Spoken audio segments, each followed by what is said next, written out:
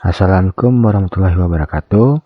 Kami dari kelompok 10. Pada kesempatan kali ini kami akan mempresentasikan hasil laporan dengan judul Identifikasi Permasalahan Lingkungan di Pesisir Pantai. Baik, di sini adalah anggota kelompok kami dengan saya sendiri, Rizky Ramadhani, NIM 2501030022, Prodi Teknik Perkapalan. Bapak Ella Syafande dengan NIM 2501030004 dari Teknik Perkapalan. Baik, saya akan menyampaikan bagian pendahuluan. Indonesia memiliki potensi besar di sektor kelautan, terutama perikanan budidaya.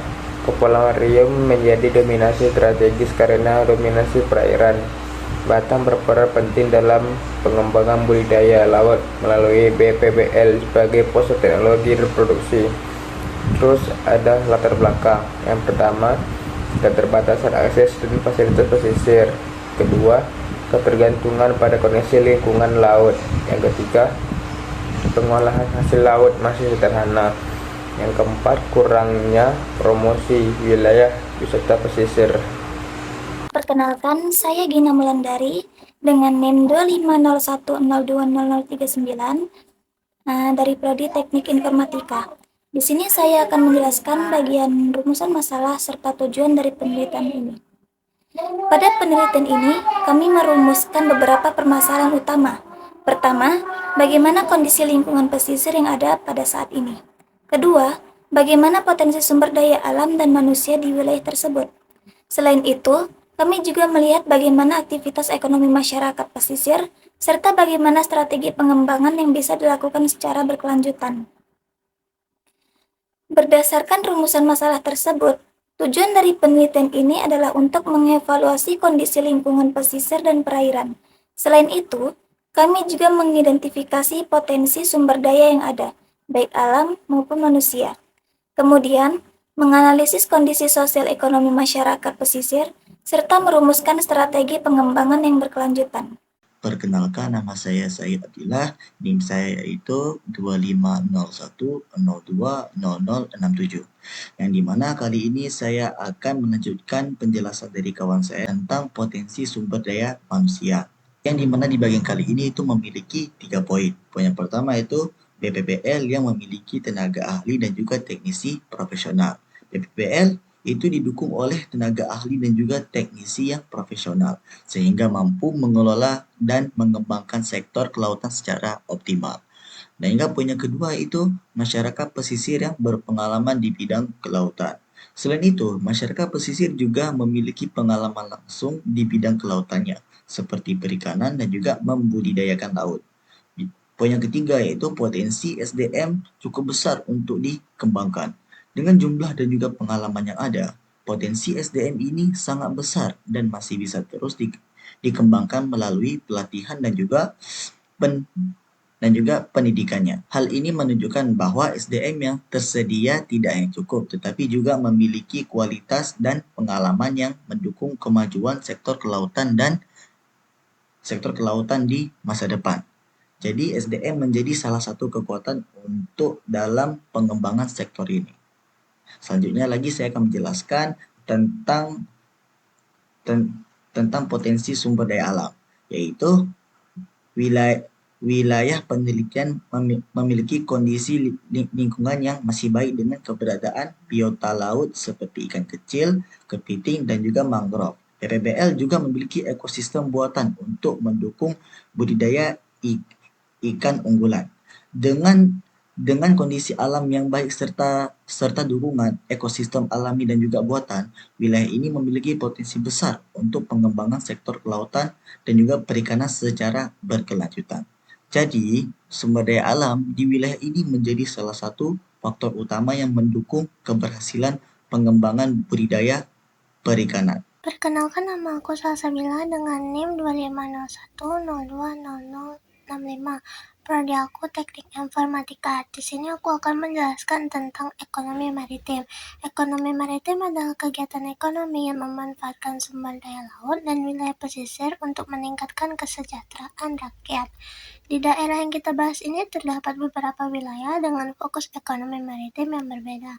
Yang pertama adalah BPBL yang berfokus pada produksi benih ikan dan menyediakan jasa laboratorium. Hal ini membantu para pembudidaya mendapatkan benih ikan yang berkualitas serta mendukung penelitian di bidang perikanan. Yang kedua adalah Teluk Bakau. Masyarakat di Teluk Bakau mengandalkan hasil laut sebagai sumber penghasilan utama seperti menangkap ikan dan hasil laut lainnya. Selain itu, mereka juga mendapatkan penghasilan tambahan dari menyewakan rumah atau penginapan kepada wisatawan. Yang ketiga adalah Teluk Siput. Teluk Siput saat ini masih berada di tahap awal pengembangan wisata.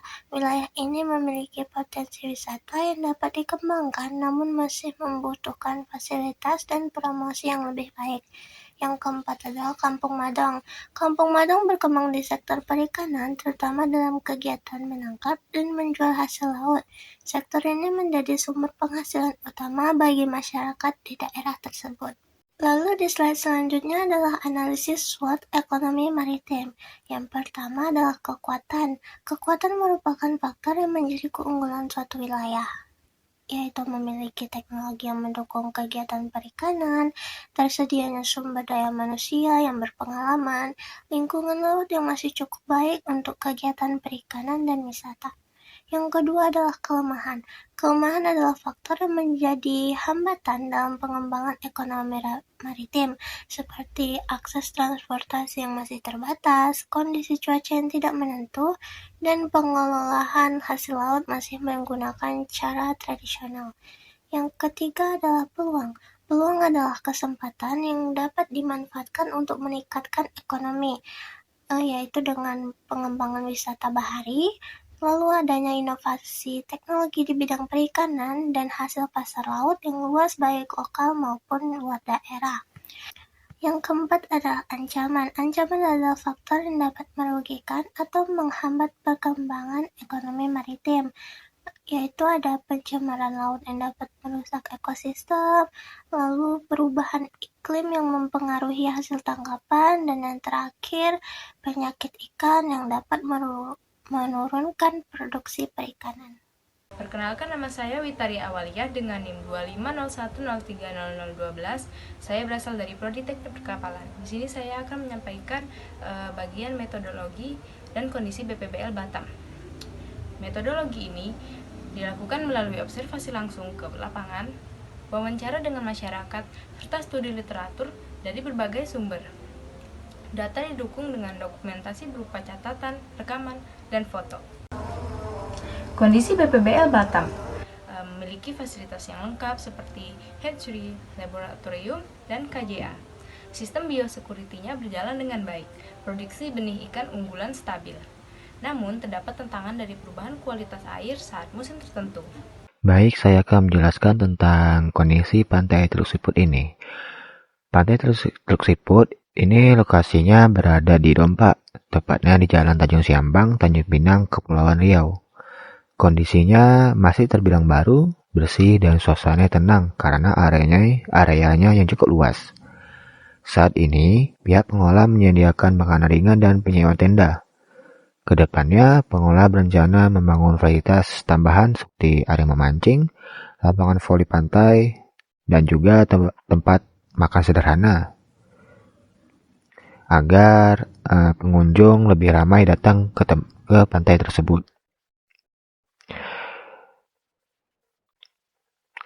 Hambatannya adalah akses jalan yang masih terbilang rusak dan curam, serta juga promosi dan informasi tentang pantai tersebut yang bisa dibilang minim.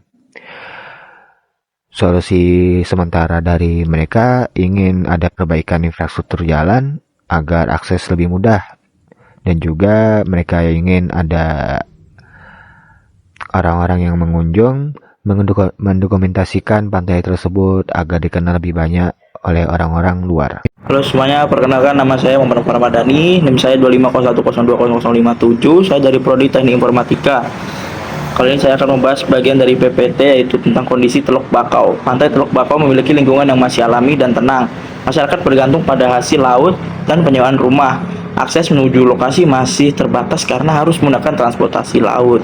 Oke, yang berikutnya itu ada dari kondisi Kampung Madong. Kampung Madong memiliki ekosistem mangrove yang terjaga. Masyarakat aktif menjaga lingkungan dan menjalankan program kebersihan laut. Kegiatan utama berupa perikanan dan pengolahan hasil laut. Baik, ini adalah hasil dokumentasi yang ada di BPBL Batam. Ini hasil dokumentasi yang ada di Pantai Teluk Bakau. Ini hasil dokumentasi dari Pantai Teluk Siput. Ini hasil dokumentasi yang ada di Kampung Madong. Baik, saya Muhammad Zulbasyata dengan NIM 25010600017. Saya dari Prodi Teknik Sipil. Jadi saya akan membacakan kesimpulannya. Kesimpulannya itu yaitu secara umum kawasan pesisir Batam dan Tanjung Pinang memiliki potensi besar di bidang budidaya laut dan pariwisata dengan dukungan fasilitas dan SDM yang baik. Namun masih terdapat kendala seperti faktor musiman, keterbatasan akses, dan pengelolaan limbah, sehingga diperlukan pengelolaan yang berkelanjutan agar potensi tersebut dapat dimanfaatkan secara optimal. Lalu itu ada rekomendasi yang pertama itu meningkatkan akses dan fasilitas pesisir, yang kedua ada mengembangkan wisata berbasis lingkungan, yang ketiga ada meningkatkan kualitas SDM, lalu yang terakhir ada mengoptimalkan pengolahan hasil laut. Sekian hasil dari presentasi kelompok kami. Assalamualaikum warahmatullahi wabarakatuh. Terima kasih.